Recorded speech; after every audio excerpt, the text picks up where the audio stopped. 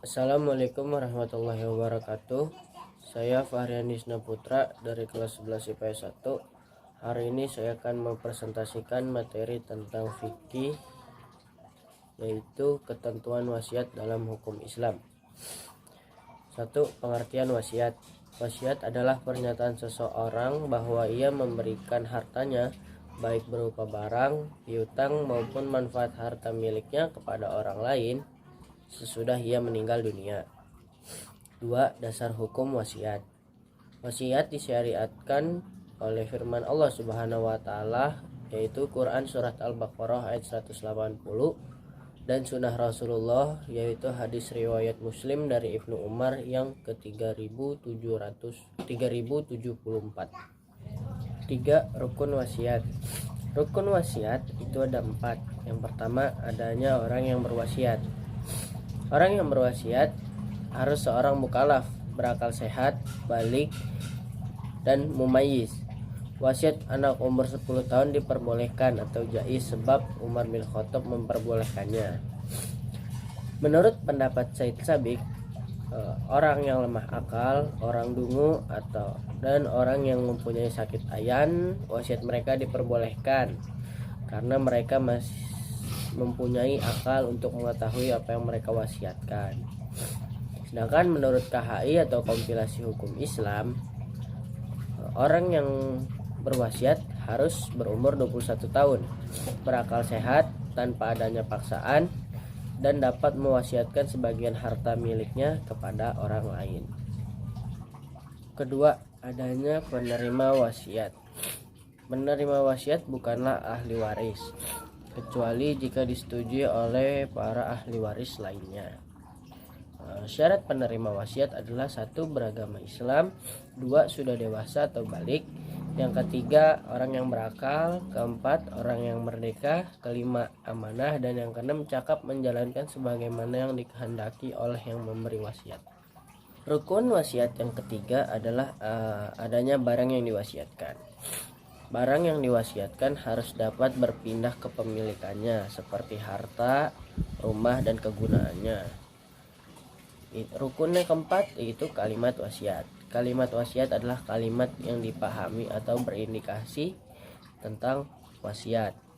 Kalimat wasiat dapat dibuat oleh pembuat wasiatnya atau orang yang berwasiat, atau bisa juga dituliskan oleh orang lain dengan seizin orang yang berwasiat tersebut. 4. Ketentuan khusus wasiat. Yang pertama, sebanyak-banyaknya wasiat adalah sepertiga dari keseluruhan harta. Tidak boleh lebih, kecuali diizinkan oleh seluruh ahli waris orang yang meninggal dunia tersebut atau orang yang memberi wasiat tersebut. Yang kedua, wasiat ditujukan kepada orang lain, bukan kepada ahli waris. Yang ketiga, dalam pelaksanaan wasiat minimal disaksikan oleh 2 orang saksi yang adil dan jujur. Yang keempat, wasiat itu berupa harta kekayaan, tidak sah seandainya bukan harta. 5. Batalnya wasiat.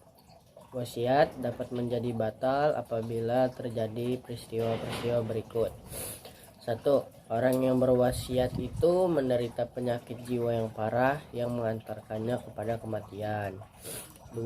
Orang yang menerima wasiat meninggal sebelum orang yang berwasiat itu memberikan wasiatnya.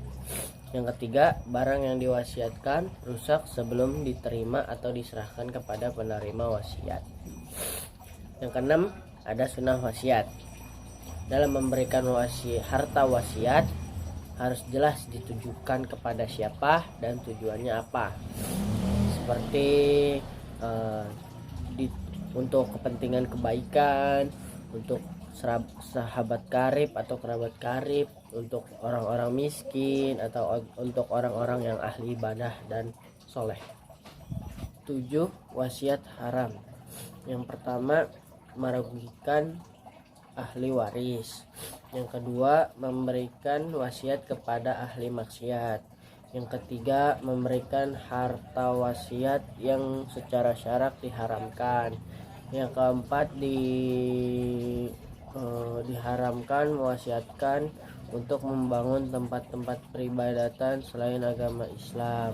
Yang kelima, mewasiatkan untuk membangun tempat-tempat hiburan. 8. Hikmah wasiat. Hikmah wasiat itu yang pertama, mendapatkan pahala bagi yang mengerjakannya. Yang kedua, dapat membantu orang lain dalam memanfaatkan hartanya di jalan Allah.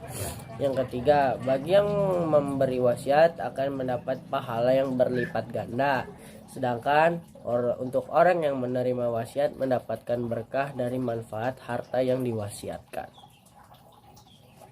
Sekian presentasi dari saya, kurang lebihnya mohon dimaafkan. Wabillahi taufiq wal hidayah. Wassalamualaikum warahmatullahi wabarakatuh.